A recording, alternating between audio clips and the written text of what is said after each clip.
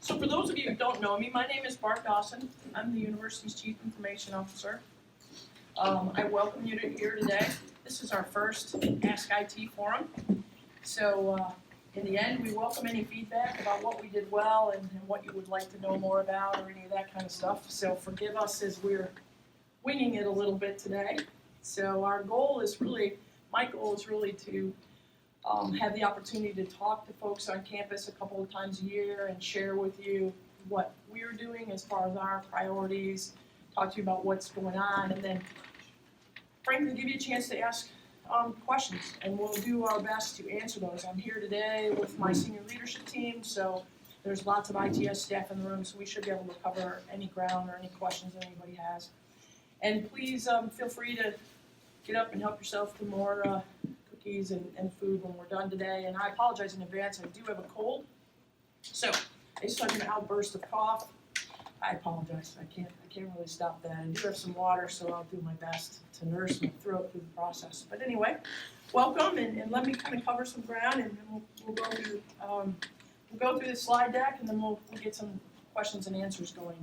I want to start a little bit with a little bit of an overview. Many of you guys don't know that I have been here for about a year, 15-ish months.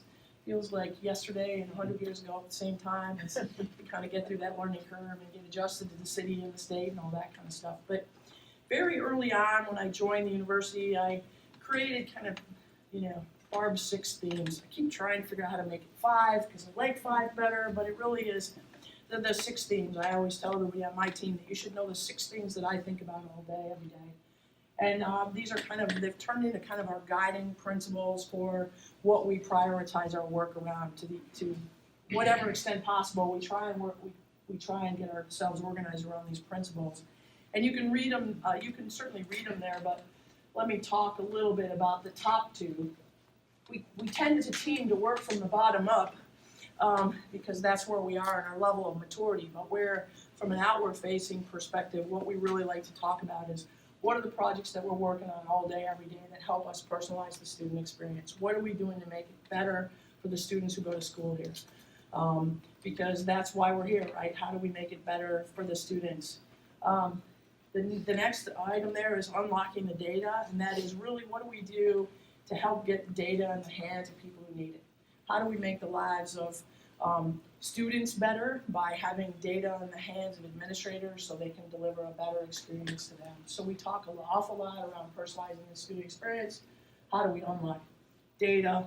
We're working on establishing a sustainable funding model. That's a whole lot of stuff I won't bore you with, but we've been working a lot with capital planning and operational planning and long-term sustainable funding with the CIO and senior leadership. We're working on restructuring the IT organization. There's been a lot of changes in my organization in the last year to make it look more like what would be a typical IT organization for 2018. We're also working on creating capacity, and that's an important one because it really is a theme that works both for the internal team and for the rest of the organization, and that is what do we do all day, every day to automate things internally so we have more hours to help automate more things for everybody else. So we talk a lot about creating capacity for the ITS organization and for everybody else. And then, of course, in 2018, you can't go any days, can't go any moments without talking about security. So we've been working internally with our ADL partners, with our other IT units on campus, and with senior leadership and the Board of Governors to improve our security posture around campus. So I promised I'd talk to you a little bit about priority projects, and I think the first thing that you'll notice as we go through this list of priorities is most of them have to do with the bottom 4 and not much with the top 2 themes. I would say fundamentally that's one of the things that we have to change around here, but it is where we are today. So I tell the team all the time to remember we are where we are, and we have to work to where we want to be. So this is a list of the priority projects that the organization is working on. So budget software implementation for the board and the financial teams. Most of us here won't ever really see that, but it'll certainly impact how things work administratively. The next item is replacing our current time and attendance functionality. I know, if I asked for a show of hands and the number of people who just love the way we do time and attendance today, there would be no hands in the room, right? That is the oldest application we have in the enterprise.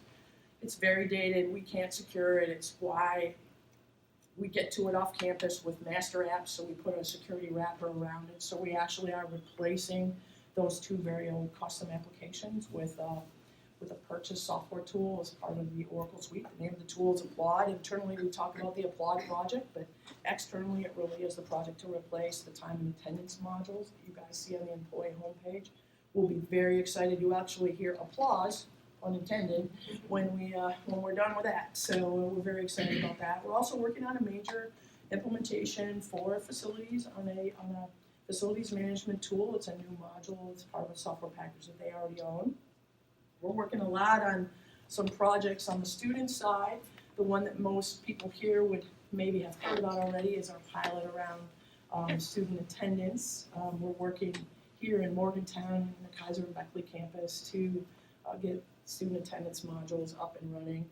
We have some things that we need to do to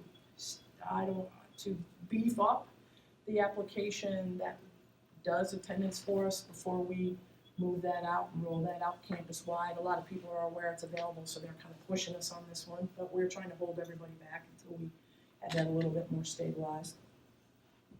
We rolled out this week a change to student registration.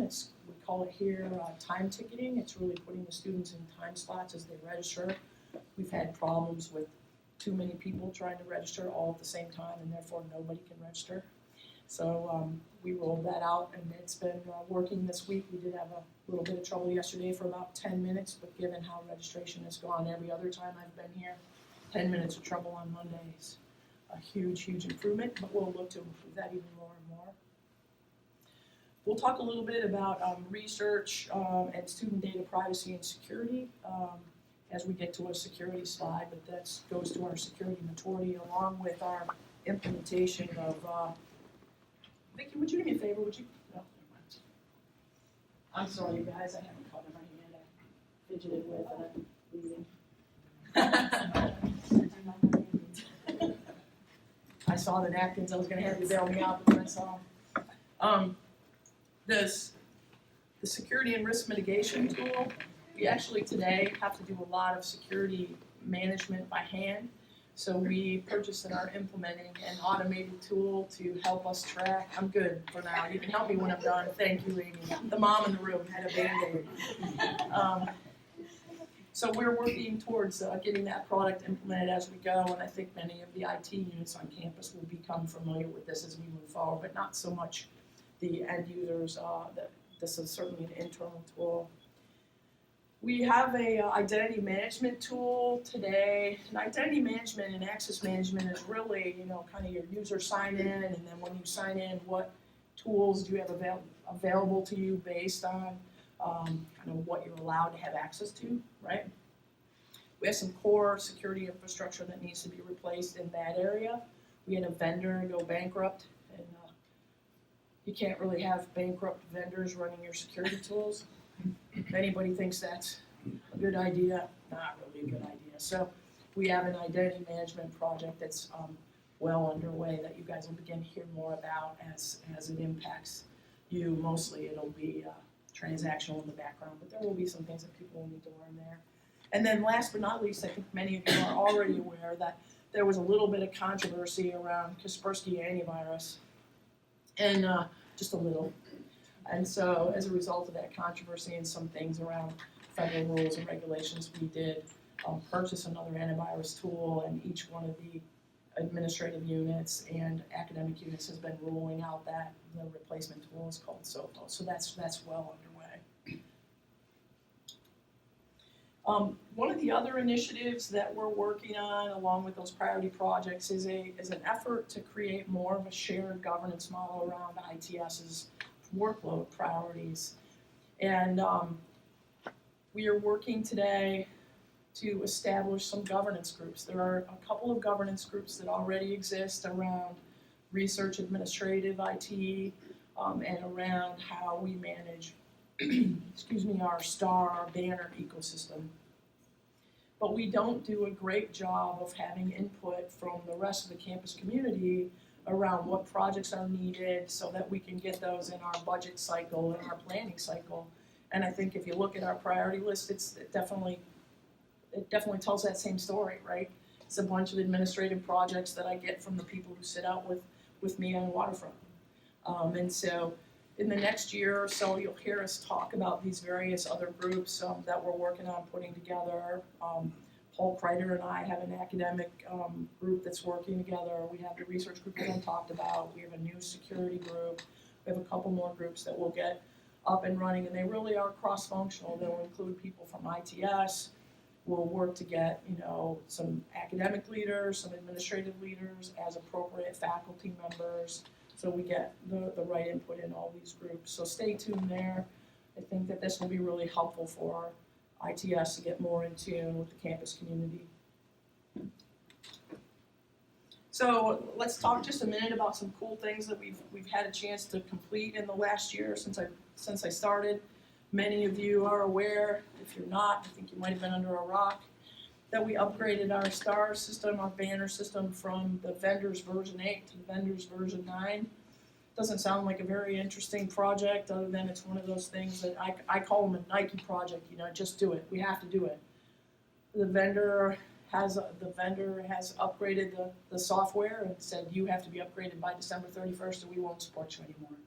So it was a significant effort for the team to get this software package upgraded. We actually did the upgrade in the summer, and we've been running in dual mode since the middle of July-ish. And actually tomorrow, we turn off the Banner 8 link. So if you haven't gone to the Banner 9 link, maybe you should try that today. Because the 8 one will be gone tomorrow. So we think that mostly the data's in the same place here, so it's not really new data, it's just a new look and feel, and I believe now it's available off campus a little bit more easily than it was before, right? Do I have that right? It's available more on campus. On And campus. we would extend it to the encrypted wireless. Okay, all right, thank you. So it's mobile, it's available mobile. Yes. Okay, all right. I knew there was a change, and I read that in my notes, and obviously I couldn't remember exactly what that was. I have not spent 1 second in Banner. I don't have access to that, so forgive me. We have that. That is a disadvantage. You'll notice we did the other thing that we did, which seems like maybe not important details. We redirected the My Access tools to the WVU portal. It was a project that we did, I think, early spring. That was to help it be more available again. Improve the security around those tools. It's really staging us for the replacement of those tools, but just kind of an important internal project that we did that probably matters a lot more to those of us on the inside about how we freed up some capacity and made some things easier to manage than maybe how it impacted everybody else. One thing that we did, and I think this really impacts everyone in a way maybe you don't realize, is we made our first major move to the cloud. We moved all of the map systems from our on-premise data center to Oracle's managed cloud service. And we really did that for lots of reasons, one of which is it represented a significant cost savings to the organization for us to not repurchase and re-implement the servers and storage environment here on campus. It also allowed us to leverage Oracle's managed services to take some workload off of our team so that we have some resources to apply to some other problems around campus. I think this also helped us go through that, creating that muscle for how do we move things to the cloud. It is, after all, 2018, and the way the world is for us to do our technology service delivery from the cloud. Now, that hasn't been flawless. I mean, it is like every other implementation of the cloud, and certainly like the first one that you do. We've had a few days where we thought, it just couldn't get much worse than this. But we've gone through that 90-day sort of settle-in period, and it feels like that's going really, really well for us, and we've been very, very pleased about this transition. So what I do hope will happen is that the workload that we had to apply to just keeping our existing functionality running can maybe be applied to just implementing some new functionality in the administrative side. There's lots and lots and lots of functionality available in a giant stack of software that we don't have time to implement. So hopefully we can free up some time and have a chance to do that. And then we already talked about the Kaspersky to Sophos transition, so I won't pause any further on that. I will stop at this slide in a minute and say the Kaspersky stuff we do have for a whole nother year. So, because we had an agreement that was already in place that we couldn't cancel early. So people have lots of time to transition off. I think what'll be tricky for folks is there's a lot of people who use that software for home purposes, or and people will have forgotten that we switched to Sophos because it's working on their home PC. So August of next year, I expect we'll have kind of a busy service desk cycle with everybody going, how come my free software doesn't work? So people will help internally transition everybody, but then folks will need to remember to do their own personal devices and move them to the Sophos agreement. Security two-factor, this went incredibly well. Maybe everybody doesn't feel that way. I do. You guys, less than 10% of the university campuses, I don't even think it's 5% of the university campuses around the country have two-factor rolled out campus-wide. It is a really, really, really big achievement. It was a ton of work for my team. I think they were all completely exhausted at the end of that rollout. I think that it's been a very important security achievement for us. It'll pay some benefits for us as we do some things going forward. It'll make some things easier. There's some things that we don't need to worry about because we have two-factor in place. So I'm very pleased about that. I do have a lot of people call me and ask me, how'd you pull that off? So I think we have to think about what free events we can attend, doing some white papers on this next year. We do the roadshow on the technology conference tour. We have, as this slide demonstrates, we have a lot of people enrolled, 43,000 phones, 4,200 display tokens, and the folks who like the physical devices, there's a few of them out there as well. So a big accomplishment, lots of work. The other thing I want to talk about is a little bit about what the IT service desk does all day, every day. These guys take a lot of phone calls, not surprisingly. In the last year, they were all about get me logged in. Can't remember what my challenge questions are, probably because my mom did them for me, or something. Sorry, I'm joking, but that's actually often the case. We had a lot of two-factor calls with that change and ramp up. We get a lot of sort of just, general requests. How do I find pepperoni rolls? And where's the sugar to go with the coffee? That kind of stuff. And then eCampus and Star. But this is not really a surprise. I think most people don't realize that we take about 44,000 phone calls, tickets a year with about 6 full-time staff and a few students. So the team is usually pretty busy. That's not the biggest volume I've ever seen by a staff that size, but it's not inconsequential either. So sometimes when people are waiting on hold, it's because there's 6 people there and 55 people in the queue as things happen when there's outages. But we do a pretty good job, I think, of covering that ground.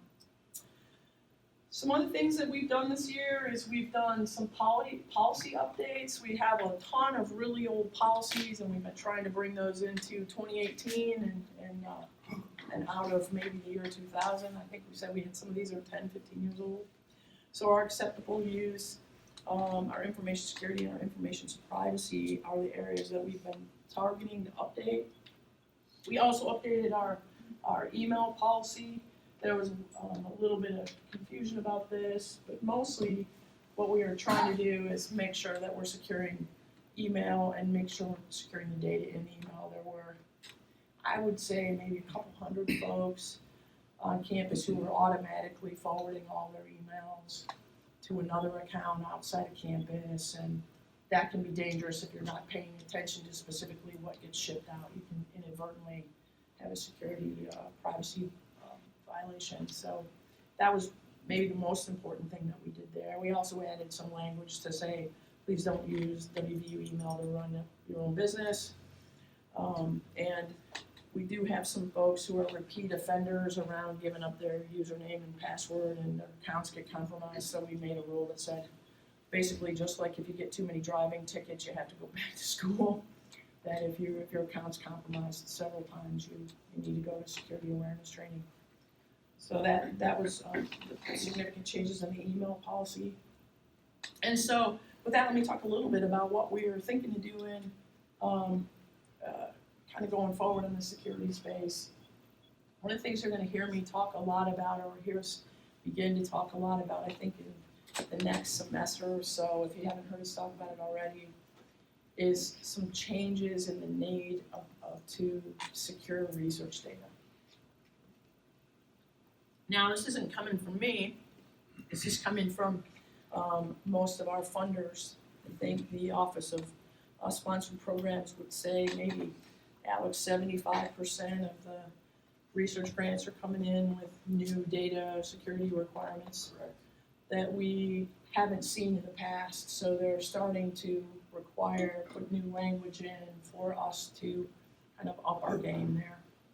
So we've been working with the ADL group, some senior leaders, and my internal team to create a plan about how to secure research data as it comes in the enterprise.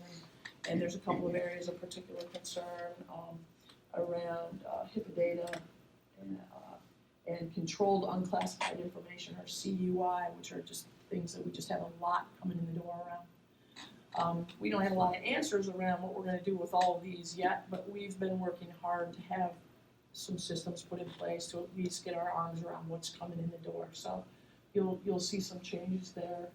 I think the one thing that's going to start to impact all of us from a security perspective is GLBA, which is the right to forget rules for EU citizens, and we'll see how that changes not only for the EU but other parts of the world. And that will impact not just research data, but any of our administrative data. So that's one of the things that Alex and his team and the legal team of the university have been working to kind of understand what we're going to do there. I think a lot of what we do with GLBA is going to be adjusted according to what lawsuits land in the United States, and then how is that going to get interpreted here as a result of those lawsuits. So I think that we'll have more questions than answers until we get some sort of settled cases, and then people will know some better guidance about what really will have to happen here. But I think that you're going to hear more about that in both the research and the administrative side. And then, last but not least, we got a couple other little things. We're working on creating a retiree email domain. You'll hear a little bit more about this after we talk a bit more at the Faculty Senate about retired email, I think a week from today or a week from yesterday. But it's really saying we're going to set up a different email domain for people once they retire, and we move into that. It just separates us a little bit. Should help us from some security practice.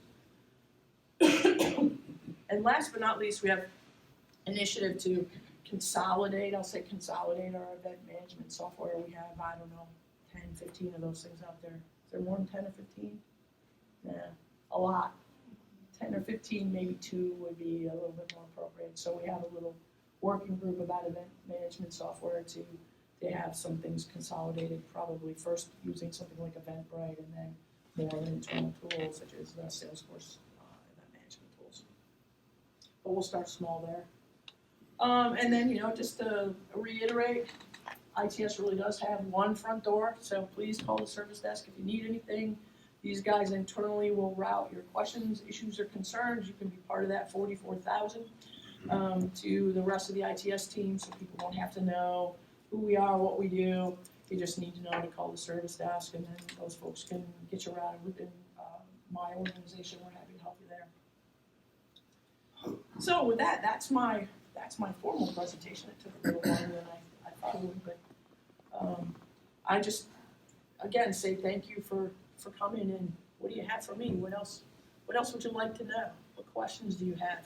You have me and my team for 30 more minutes, or longer if you need us.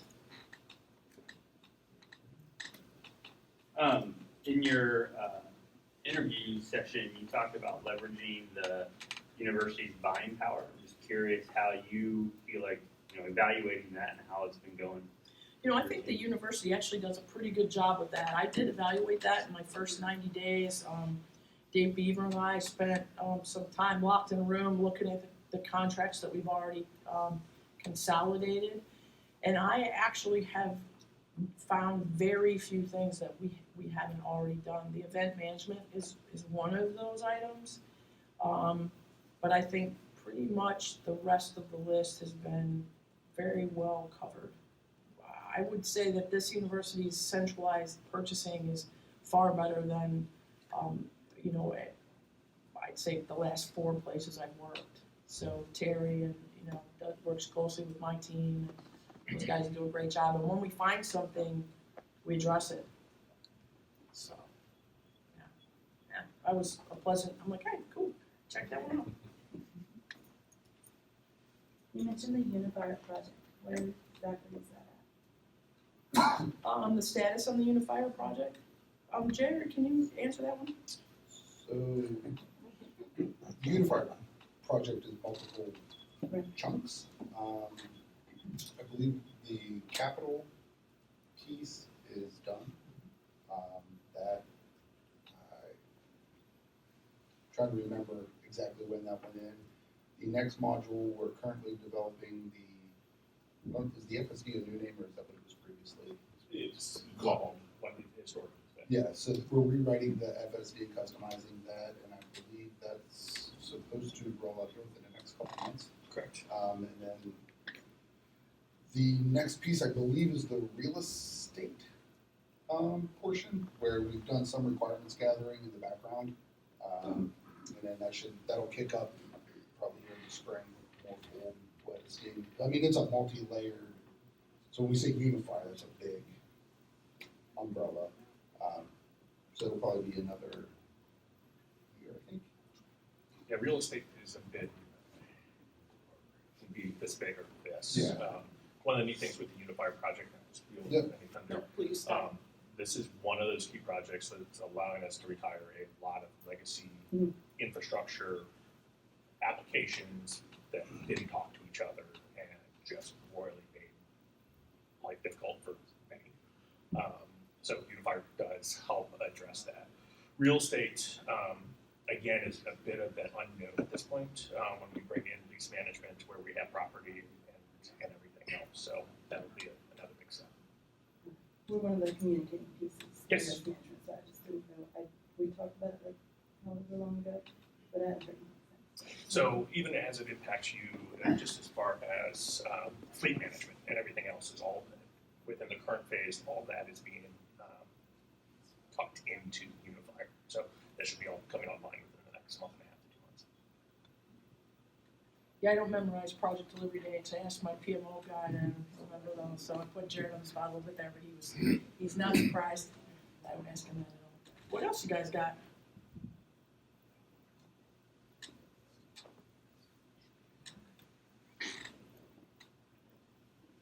As a concerned citizen about the event management program, who's the work group lead on that project? Steve, are you leading that, or Alex, are you leading that?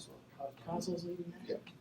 So, yeah, Dave Kozlo is leading that. I know, Both Steve and I have seats on the table for this project. okay, all right. Why don't you guys make sure that we get you looped in? Oh, yeah, no. It's one of the reasons we want to talk about these things, right? So if there's questions and concerns. Any other questions? I'm happy to answer as many as you have.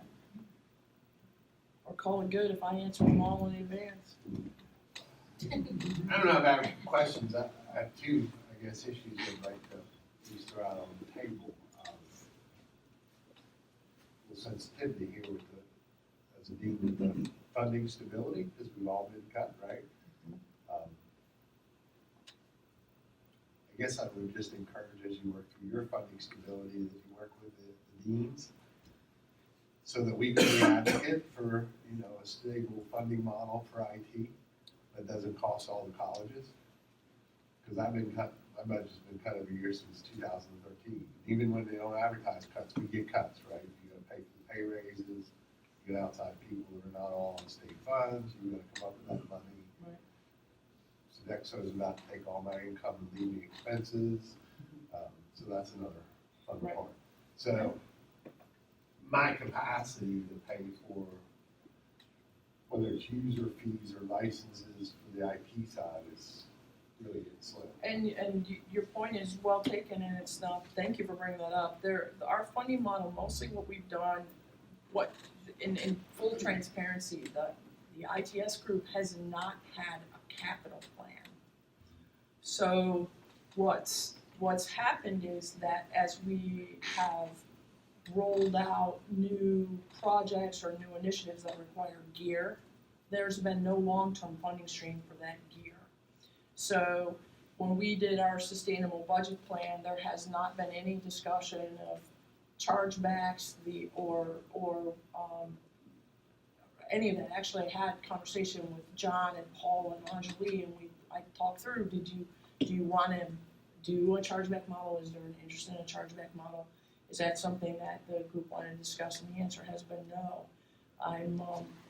I totally agree. If that's the model that the group would move to, that would have to be a group discussion. But our sustainable funding model has been, I'll just, to give you a perfect example, we have network switches on this campus older than our incoming freshmen. Wow, it's funny, sort of, right? I mean, I try to laugh about it. Bryce and I try to laugh about it. Mostly, we've had a problem where we have individual projects and then we don't have a capital refresh plan. So we actually built our very first 5-year capital budget plan, and it actually was in the budget that was proposed to the Board of Governors in October. It was a significant effort, but yeah, thank you for asking a question. That I was think the deans would really advocate for your position. As long as it protects their budget, because they're really strapped. yeah. I guess the other thing I would ask is that when you consider all this, new implementation and security, is to understand the extension service. It's a very large organization. We're the third or fourth largest academic unit at WVU. We have offices in all 55 counties that are typically serviced by other vendor networks, right? So we got cable, we got DSL. I hope we don't have any dial-up. It wouldn't surprise me. We have wireless that bounces across a parking lot, off a building, and if somebody pays their taxes and parks in the wrong way, the extension office gets cut off. We have it all, but they're all faculty. We have 106 faculty strung throughout the state that still have faculty work to do, that still have processes that we have to do on campus that are a lot easier.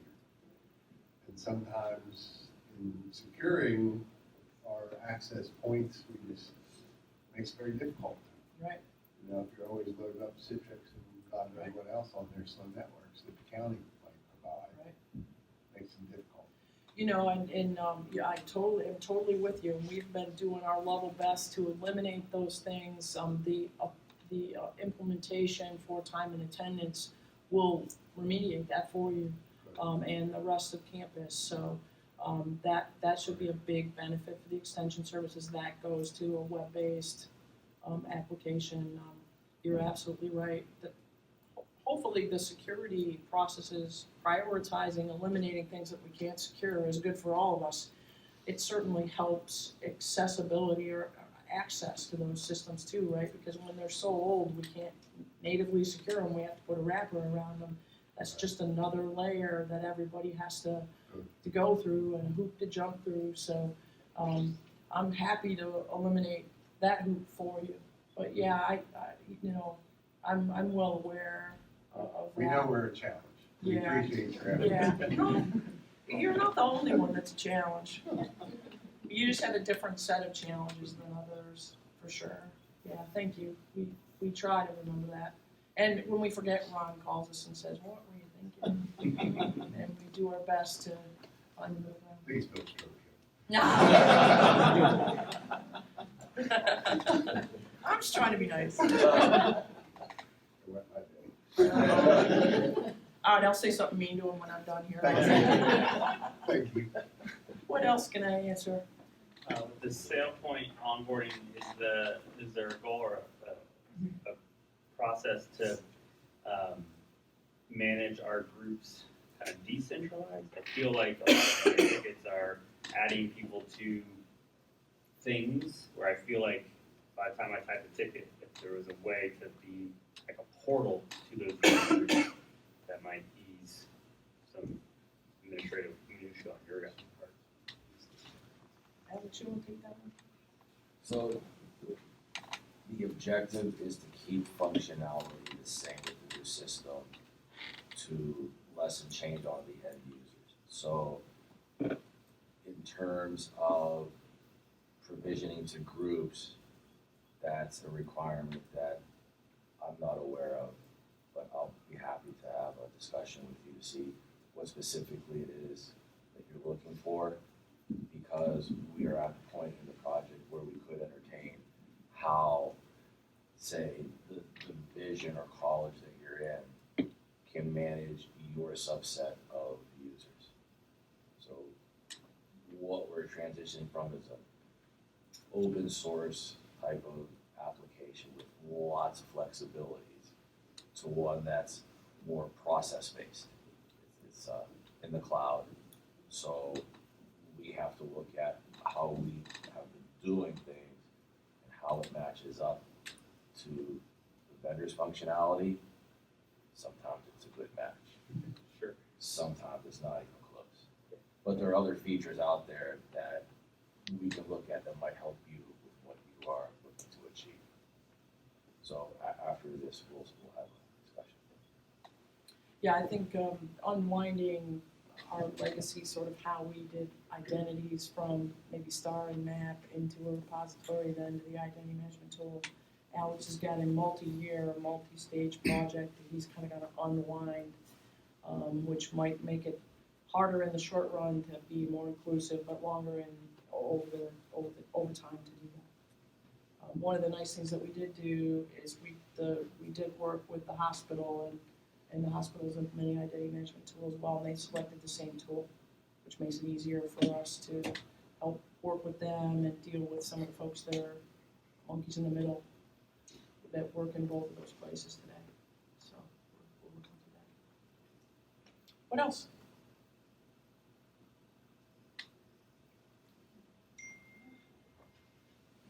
Since we have so many members of the academic IT leaders here, would you mind if I introduce? No, go right for it. Alan, would you understand? So, academic IT leaders, this is Alan Skillings. He is our new director of IT service management, and today is day 2. So please welcome him and be nice to him. We'd like him to stick around. Welcome. And he had no idea we were going to embarrass him in front of the crowd today. Well, thank you. Oh, go ahead. It might be helpful if he stated what he does. He's a new service desk manager. But So. he's just service. I just thought it's listing his duties might be nice. So, Okay, so, sure.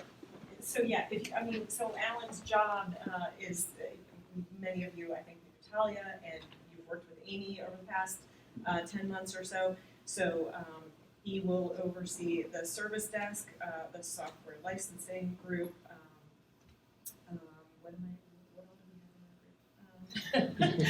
We've had so many reorganizations last week. We're going to be developing a true tier 2 support structure that we don't currently have. Am I missing anything? No, that's everything under Alan's, right? That would be it. Okay. Anything else? Thank you so much, everyone, for your time and attention. Please, if you'd like me to cover different ground or new ground next time, we're going to do one of these each semester. Send me a note, tell me I love this, I hated that. I got thick skin, I can certainly take it. But thank you, everyone, for attending. Have a great day. Help yourself to some cookies and pepperoni rolls, etc.